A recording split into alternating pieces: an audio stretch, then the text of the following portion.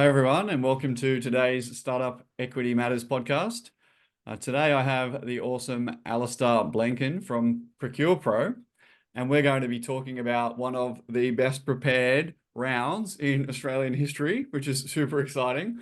About a month ago, I saw this on LinkedIn where Airtree, one of Australia's top VCs for the international listeners, had called out Alastair's deck, not even deck, like just the information that he'd provided when going for funding as A plus, best they'd seen, I think, which was extremely intriguing to me, and I believe will be intriguing to many of you who are looking to put their best foot forward when going out for funding. It's an extremely hard thing to do, and to be able to communicate very clearly in a way that investors appreciate is going to be a huge asset. And because I do a lot of coaching and mentoring on capital raising, I'll be taking notes. And some of this, I'm sure, will end up in my material going forward, as long as it has Alastair's blessing. So welcome, mate. Thanks, Chase. Great to be here, mate. Great. And we've known each other for quite some time as well. I think in 2018, we met on a London Tech Week mission, if I remember correctly. Yeah, before the world changed. But yeah, had a good time in London, where now I've relocated my life to, but a few beers over there, and then been side by side growing at similar paces along the startup journey over the last few years. We have, and it's been great to see you doing that sometimes, from afar and touching base from time to time. We just compared ARR and we're pretty much neck and neck. So that's pretty cool. We met on day zero or day -1 almost, and both, chugging along nicely. So I'm really happy for you. And securing a round from one of the big three in Australia is no mean feat. And so congratulations on that. Let's Thanks, let's mate. kick things off there. So, Airtree led the round, I think, your most recent round. Yeah, so I mean, overall, just some context. ProcurePro is a enterprise software platform for the construction industry. We solve procurement for major builders. So anyone who's building a tower, a hospital, a lot of data centers going up in the world at the moment, they need all of their subcontractors on board. We've got a pretty unique bit of tech that's services a gap in the market in the construction tech ecosystem that's typically plugged by 15, 20 different spreadsheets and Word documents all and emails all cobbled together with duct tape. So we've built a really nice bit of enterprise software that's growing at venture scale rates over the last couple of years, and then put some more fuel in the tank to be able to attack the UK, where I've moved to as of late last year, and we're now signing up our first few customers. So that was a little bit of background and the context to I suppose to who we are and why we raised some money recently. Thanks for that. I got a bit excited and jumped ahead. Um, and you've been at this, what, 5 or 6 years, I think? 5 or 6 years, would you say?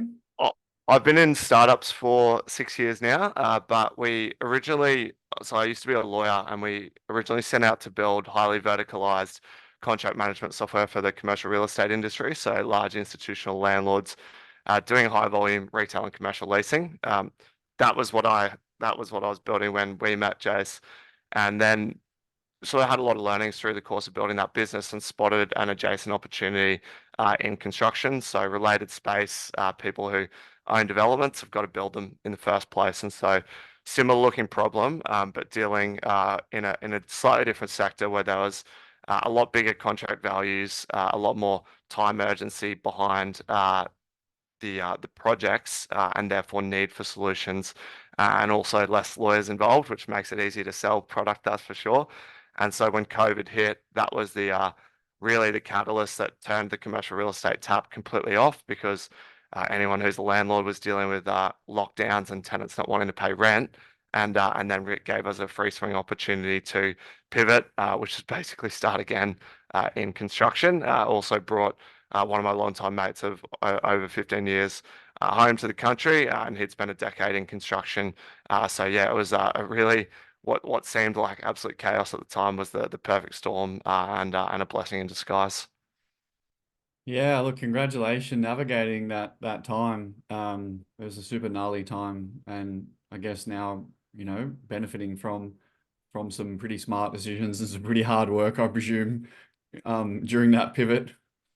and a bit of funding itself in JobKeeper, just so to Yeah. allow us, when you weren't making money, and we still had some grant money and a bit of friends and family in the bank, but still to be able to build. We had to go back into R&D for 15 months to build something that was commercially viable. So it's a pretty big meaty bit of enterprise software that takes time to build. So yeah, interesting Congrats. time, that's for sure. Congrats. Yeah, I think many of the best companies didn't start out doing what they're doing now, and who knows what Pro and Cake will be doing in 20 years time. But no, congrats, man. That's a really cool story. And then yeah, what's on for 2024? Like, you've moved to London.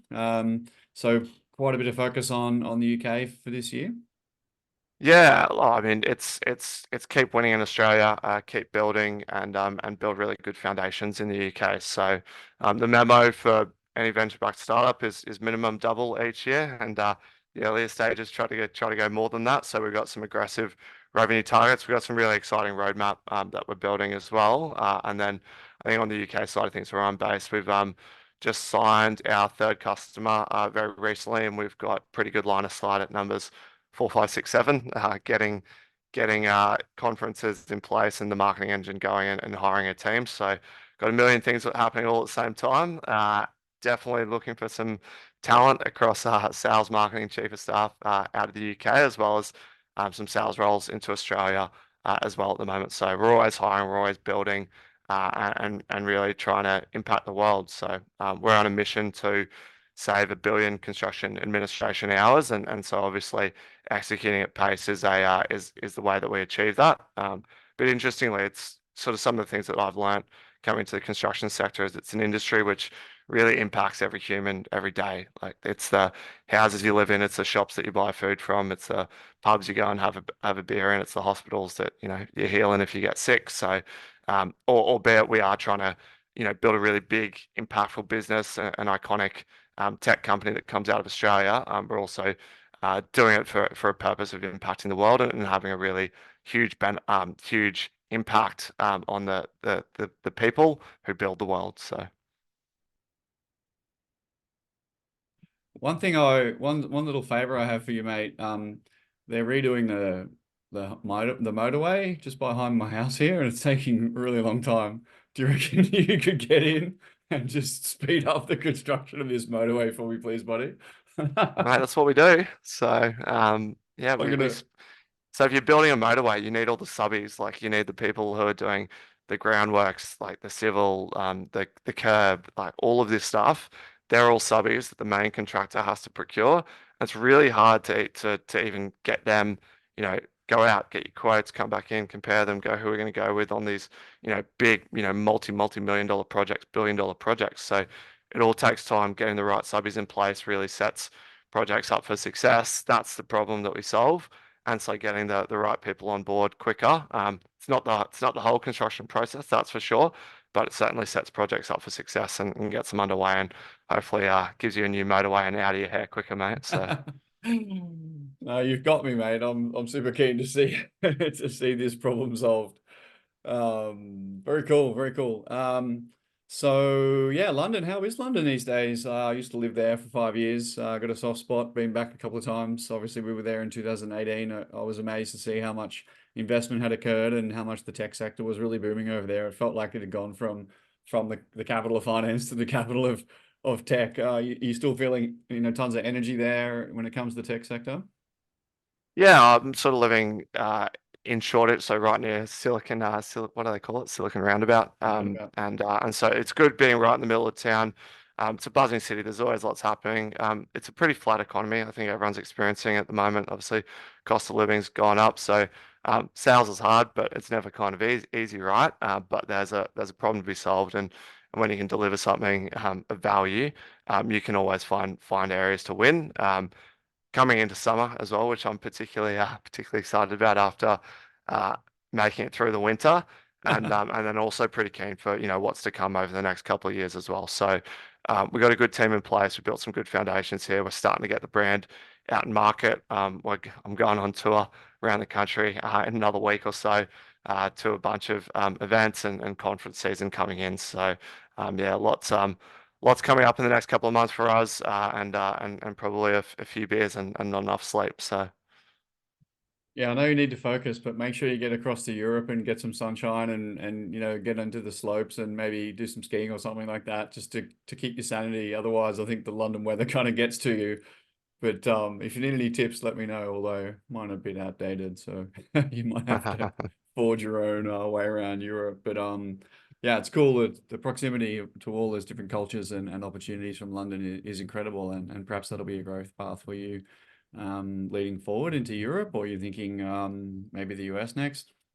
It's interesting to see where you get inbound from around the world. So, US is the obvious sort of big fish, but you want to treat that with the respect it deserves. I'm not assuming that it's one big market. It's 52 sub markets, and you need to have the product sort of ready to go in terms of regionalization. You go to market regionalization, the balance sheet in good shape. So much like we did with coming to the UK, we came here a couple of months ago, but it was actually a 2 year run up, and this was from when we had about like 10 staff. We were saying, okay, what's our next market? How do we plan to get to the UK? Or it was a US versus UK decision. We made the decision for the UK just because of less product development to do to regionalize, similar business processes, and you do well as an Aussie coming over here. So that ease of go to market when you're still like not the largest company. We've got about 40 staff at the moment for context. But it was that 2 year run up to go, what does the product need to look like? What does the team need to look like in terms of succession hiring? And what does the balance sheet need to look like? And so having that really long run up and ticking those items off allowed us to get to the point where we were late last year, getting myself, another co-founder over here, being a really key strategy to lead the charge, and then making sure that when we get to market, we hit the ground running, not going, oh whoops, we missed these 5 features that we really need to build, and then the product team is being pulled across geographies. So I think the US and North America is the big one to sort of work towards over the next couple of years in terms of maturing the product and the business to a sense to be able to attack that. But we get some really natural pull out of the Middle East, out of Canada in particular, which I think will naturally acquire customers remotely before even setting up operations in those regions. Yeah, it's nice to have a bit of pull to sort of help you try and work out where to go next. Yeah, exciting times for you, and a lot of work to be done as well. And obviously, wish you all the best with that. Let's shift now across to your most recent round. And do you mind sharing what you can around the round? Like, was it seed Series A or like Yeah, we what's the we originally publicly set. available summary? Yeah.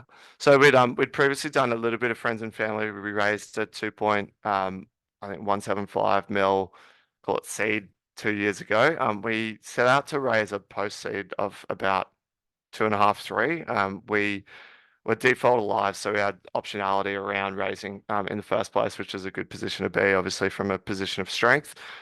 We ended up raising 6.1 from Airtree as the lead, and then also the co-founders of Aconex, Lee Jasper, who's been there, done that before in construction tech and exited to Oracle for 1.6 bill Aussie. So as well as a range of angel investors. So we raised off angels in our seed round, and we wanted to get a good collection of angels to come in again through Series A, so that we basically build our supporter base, which has proved invaluable to us, at seed, and again, sort of, even post this Series A, getting a broad cross section of people, from industry, from tech, who really can help us. So that was, I suppose, some of the learnings that came through the round in terms of changing what we raised, was some of the maturing of, our understanding of capitalist strategy, and having that slightly bigger balance sheet gives you a bit more freedom to swing, a bit more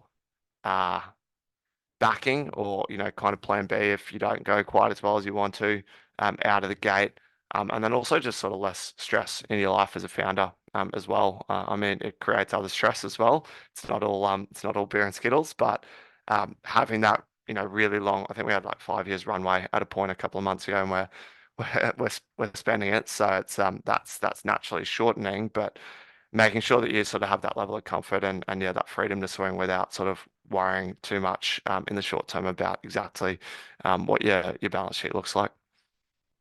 Super interesting, man. Hearing like what happens when a round goes really well. There's not too many founders out there that go out to raise a certain amount and then end up with two and a half times that, and absolute top tier VC and angels on the cap table. So congratulations, and awesome to be able to share your story today. So thanks for coming on and doing that. Um, yeah, so like we sort of talked through the high level round details, and love to hear some of the insight into the opportunity that creates for you. Um, as we talked about before, there was something about the documentation that you provided to investors that was like pretty exceptional. And I've seen a little bit of it, so thanks for sharing that with me. So, how can can you tell me a little bit about just the reception that you got as you were raising from investors with regard to the information, the pack, and maybe just like a high level what the pack included with regard to the key docs? Yeah, absolutely. So naturally, we did a deck as a starting point, and some of the learnings or my little soundbite through raising is it's 98% of the work's in the preparation. If you do all that work up front, the rest goes smoothly. So the deck itself sort of had 100 iterations, but that wasn't the document I think that grabbed people's attention. It's sort of coupled with this long form business FAQ. So the business FAQ is all of the key questions that you're going to get asked in fundraising that investors will have questions on your business if they really want to get into the details that you need to answer at some point. You're probably going to need to write them down. And we sort of had a slight taste of this in seed, and I could see the writing on the walls for what the next round would look like. And so we preemptively and proactively really prepared this long form FAQ, which was basically think Google Doc, 10 pages. Um, it's not like really, really long answers. You're trying to be as succinct as possible, but probably like a paragraph, 3 to 10 lines, in size 9 or 10 font or something with small margins on every key question. So from the starting point up the top of this document, we had 4 short videos with thumbnails of what's our product, what's our financial model, what's our pathway to 10 mil ARR, sort of that next big leap going from a couple of mil ARR, and then there's another video which escapes me at the moment into then like who's our team, what's our founding story, what is our business, who is our ICP, who are our user personas, all of the just the detail of the business that you can't get across and is too much detail for a deck because you want a deck to be able to flick through, get someone excited, they digest it simply within a couple of minutes. And then this was almost all of the detail that sort of underlaid that. And the logic of it wasn't really going, I expect every single investor to read every single inch of this and understand every single inch of it. Some of them will, but some of them definitely won't. And if you put analytics on your docs, you can see which ones do and which ones don't and how much they care. But it was as much about sort of being prepared uh, as making sure that we didn't have to do that work when we were fundraising, when we should be trying to work the funnel. Yeah. And then a big piece around it was optics. I wanted to send my materials over and just go, wow, you have got everything sorted. And the amount of times I honestly, I almost got bored of it by the end of you get onto a meeting with investors and they'd go, oh my God, these are the best materials I've ever seen. These are the top 5%, top 10% of materials. And I'd be going, yeah, let's get down to business type thing. Because you're kind of going, yeah, I heard it all before. But obviously that sentiment coming out of the investor side when you're not just when you are competing against attention and sort of their limited ability to invest in companies, it was a big part of why we also did it, which was nice to get some of that feedback on the other side. No, it's way better than the alternative. Yeah. Yeah, good So stuff. So I guess you had the traditional deck, financial model, data room. That's what everybody does. Quite often people will do an FAQ. Cool.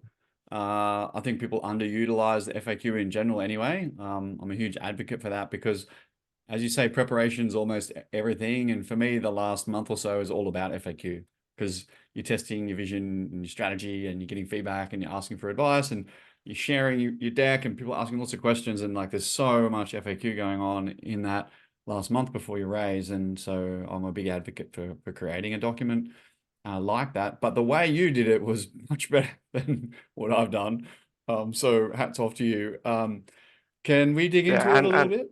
So go on. yeah, I was gonna say, and for those listening as well, if you want to see it in action, go to Airtree's website, to their open source VC as well. So we've open sourced it, without the content, but certainly a lot of the headings around sort of key questions that we've used. But I've got it open, so I'll flick through a few more. But into like your Yeah, funding rounds, your past funding rounds, your just quickly on milestones that, that you've I'm hit. gonna just let me jump in for a sec because Airtree have a ton of great resources, and many of you would know that, and they're huge advocates of open sourcing. So it's cool to see that they've added this into their suite of documents, which include a term sheet and a shareholders agreement and ESOP docs and an amazing investor list. So wonderful resource and good friends of ours. And so definitely get on there. So you've been added, I guess, to this suite of market leading docs.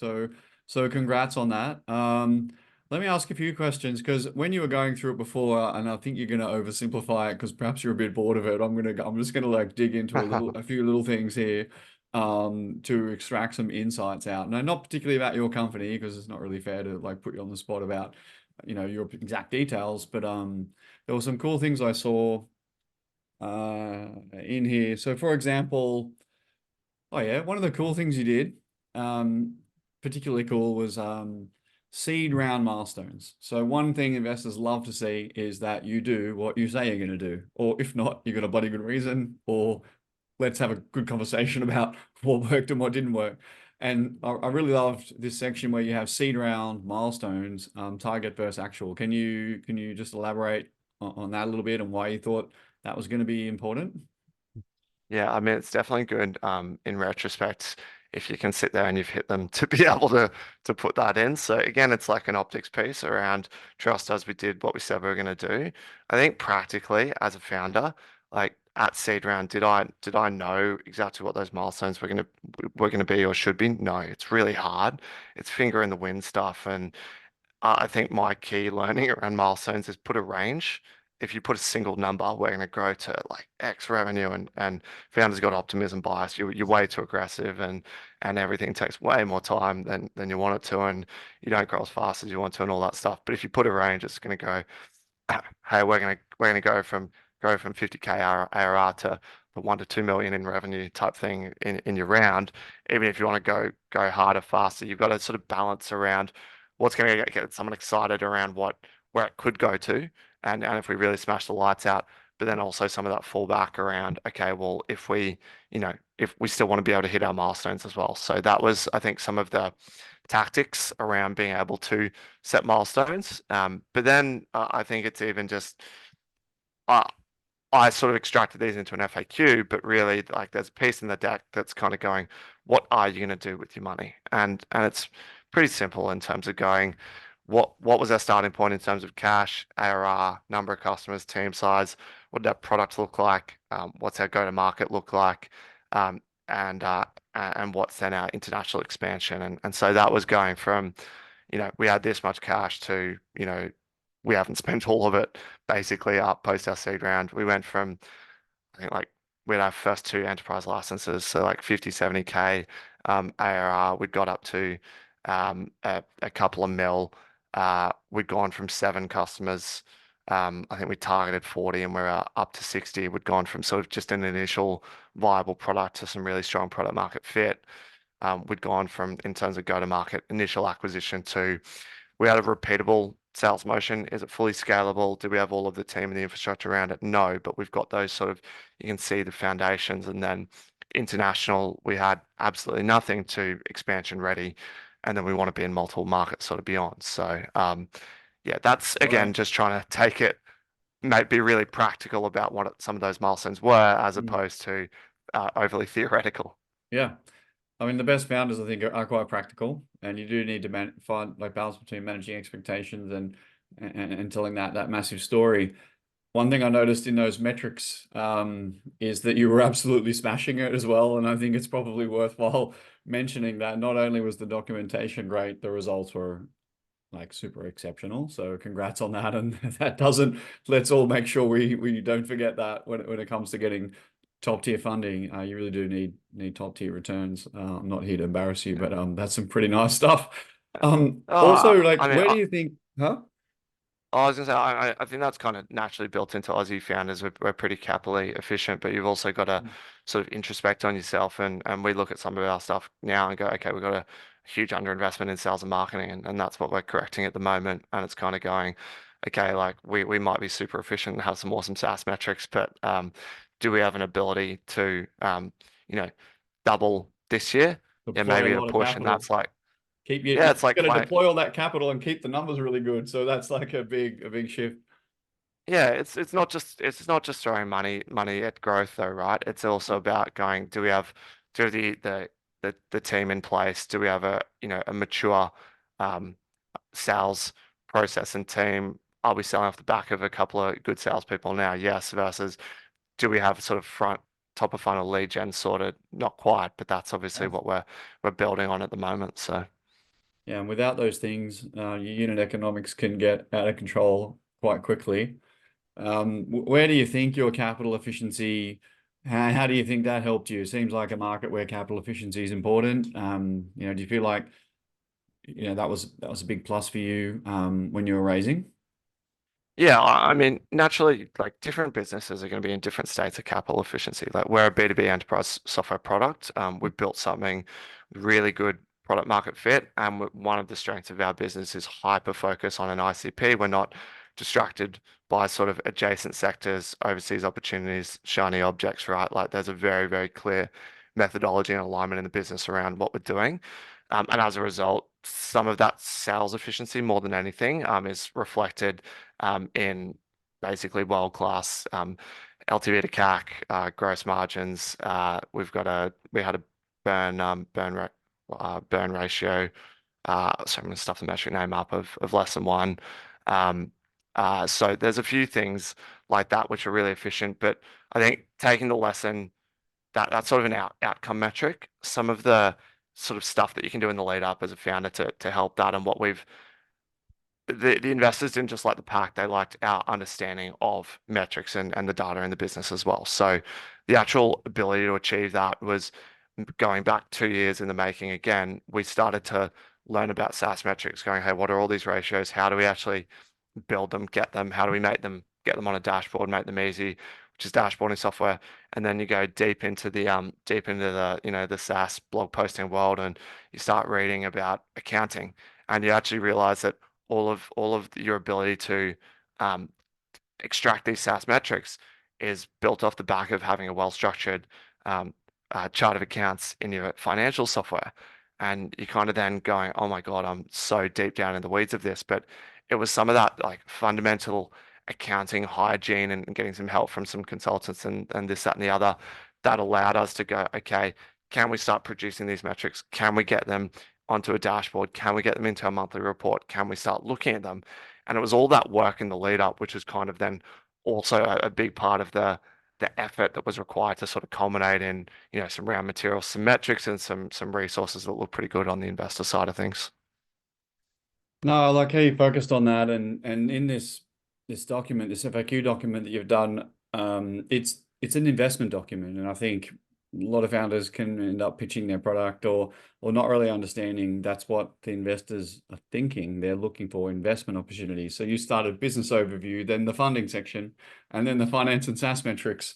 And I know you got the summary at the top of the videos, which does have the product, and of course that's very important, but it is an investment like discussion. And so highlighting those investment elements that they're very, very keen to dig into is a really great skill. And so, I think people jumping on the Airtree website and grabbing your template, and doing your homework, 6, 12 months in advance before you need to raise, and starting to build this discipline into the company like long before you need to raise is probably pretty important as well. I mean, how do you how did you see you preparing for this? I presume you didn't do it overnight. How long do you think it took you to build this discipline into the company to have this data to be able to then put together a document like this that's so strong? Oh, I mean, it's continual more than anything. So I look at and how me and our head of operations, Shilpa, we'd literally just be on calls with we use a software company called Jirav, and they're pretty awesome in helping us sort of build out these dashboards. But it was just like so into the weeds, like early morning, late night calls, like 10, 15, 20 calls with the US, like going into the weeds of these ratios, and there might there might be some slightly easier ways to do it, but and more off the shelf stuff, but you've kind of got I to haven't like found do. any. Yeah, I think what's his name from Craft Ventures is building something at the moment, or he's done it, and I don't know if they're productizing it, spun it out. But Yeah, like there's all of this work that's got to happen over a long period of time, as well as building a product, as well as selling it. You've got to build the sort of the financial operations of the business to be able to sort of produce some of this stuff. So there's unfortunately as a founder, there's just so many things that you got to do sort of all at once. And was it at the right time to do this at, you know, 20K ARR? Absolutely not. But once you got a couple of 100K ARR, you got a couple of salespeople selling. We don't have internal finance still. Like we need to hire that, but we didn't have a CFO. We didn't outsource this to an accountant to do the job or to not do the job. Like it all of this effort that, if we didn't do it sort of as founders and key leaders in the business, would it have fully got done and all the way there? Probably not. I suppose the other tip for people listening as well is the SaaS CFO has got some, if you look up his website, has got some awesome blog content as well that really helps you through all of this stuff. Love that guy. He's based out of Denver as well, which is one of the cities I've been spending quite a bit of time in. But yeah, really high quality content from the SaaS CFO. So I'll echo that. Yeah, so like just to sum up, like can you maybe give people like the top three or five like points that that they should be thinking about here? I guess number one's probably like go get the template and like check it out. But yeah, what would you advocate people doing to try and emulate or put the best foot forward when going for a seed series A round? Yeah, unfortunately, the really lame advice is build a good business, kind of first and foremost, and then be like operationally diligent. So that we like to think we're really operationally strong. Um, you can you can like go and sell and market and luck your way to 1 million or 2 million ARR, whatever it is. But if you have churn or you haven't got some of the infrastructure and the foundations that are going to allow you to sort of scale beyond that, if you are sort of in that, you've built a product, you can sell it type territory, then some of this maturity in terms of the financial side of the business and some of the operational aspects as well is an important part of the journey. I suppose where we're at right now as well is we get to about 40 staff. We're fully remote, but it's still kind of pretty easy to know everyone. But the next part of the journey when you go beyond that is really building the people infrastructure side of the business. So how do we make sure not just that we built a good product and we're growing quickly, but we build a great place to work and that people want to come here and they've got their own career pathway trajectory that we can compensate them well, which is also a really big focus for the business to be able to continue to do that to make sure that we scale effectively without stumbling. So Amazing, mate. Thanks for your advice.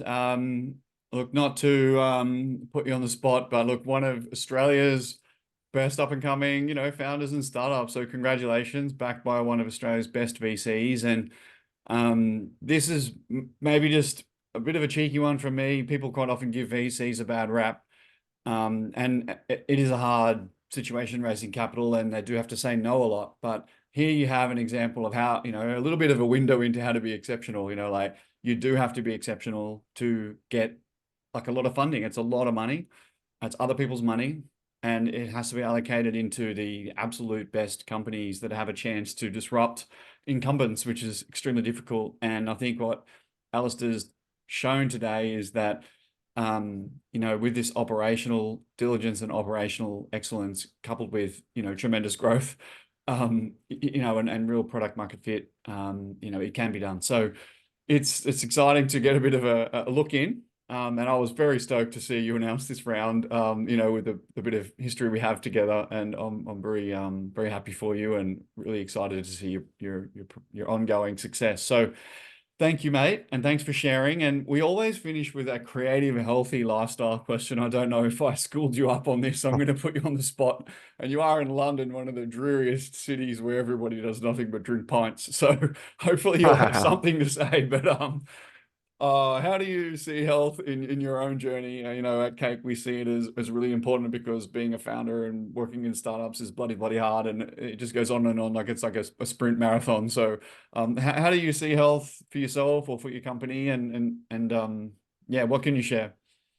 Yeah, oh look, I mean my health at the moment or my work life balance, lack of balance is sort of the practical realities I think of building a business. It's not great at the moment, but that's kind of also not forever. And it's what we want to change. So we're trying to build at the moment from a business perspective a lot more autonomy and control from our heads of department. So they own, their patch and basically ideally at some point make me redundant and have all of the reporting, the information flow within the business.